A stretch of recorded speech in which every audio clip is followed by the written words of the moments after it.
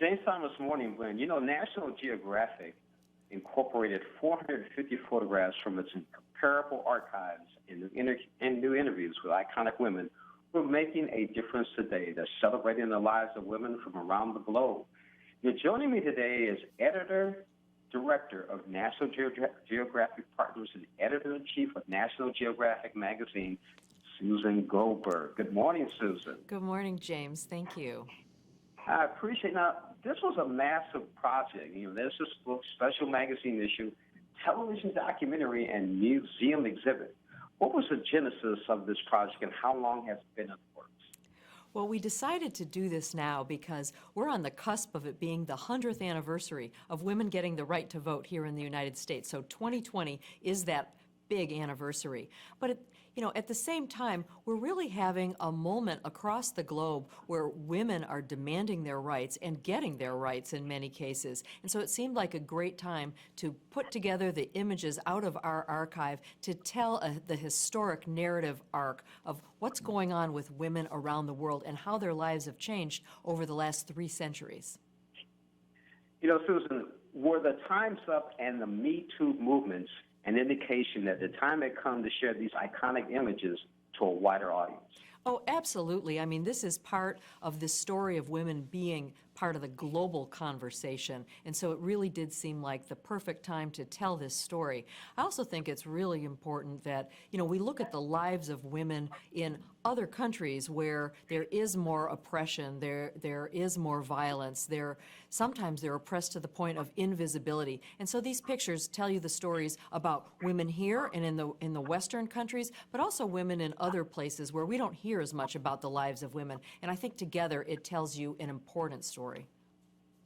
You know, as National Geographic's first female editor-in-chief, it must have been very rewarding for you to interview such an iconic group of activists and politicians, celebrities like Oprah Winfrey, conservationist Jane Goodall. What did you learn from them? Well, I was so honored to talk to 24 powerhouse women, as you say, women across just a great range of political perspectives and every kind of job. I was really inspired by what these women had to say, especially to younger women, so to the up-and-coming women. They felt like women today have enormous opportunity, that younger women should follow their dream.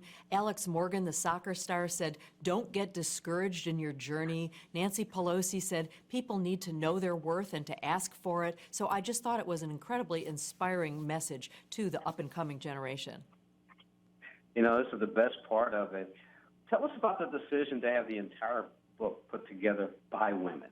Well, actually, it's the entire November issue of National Geographic magazine that was written, photographed, and illustrated by all women. And we had never done that in our 131-year history. And given the celebration of these photographs and the stories it tells, it seemed like a wonderful time to also acknowledge and shine the light on the amazing contributions of the women journalists that we work with all the time. Now, what would you say is the overriding message of this compelling and timely book? I think it's really one of empowerment. I mean, when you look at the narrative arc through these pictures, you're just seeing women starting out being photographed as beautiful objects and ending up really as warriors. And we all know women are warriors. And we've got some pictures of some actual female warriors. But we've got pictures in the book and in the magazine that show women doing everything, working in all kinds of jobs, being educated, doing anything that they put their minds to doing. And so I think it's a story about empowerment, and it's very uplifting. You know, I've got to ask this question, Susan. I mean, we're talking about women now. So we've just had Wonder Woman, we've had Captain Marvel, and now we've got Hattie coming out. How is this influencing women across the globe? Well, I think women should be empowered by the notion of super women, except it shouldn't take, a Wonder Woman to empower women. I think we can look around at our friends and neighbors and our sisters every day. I think, I get encouraged by the power of the sisterhood among just everyday women I meet every day. I'm so impressed by the amazing things women do. I think regular women are pretty good superheroes as well. Susan, how do you think this is going to influence the up-and-coming young ladies of the world? Well, I think I certainly hope it would, it would help people realize that they can do anything and they can be anything. And I think reading the interviews with the 24 amazing women that I talked to would be a terrific start on that. Like I said, I found them so encouraging and uplifting. I asked all of those 24 women the same 11 questions so we could compare their answers. And you just see this great range, but the one thing that they don't waver on at all is the opportunities that are right in front of younger women, and that they can just, seize the ring and go for it. You're right about that.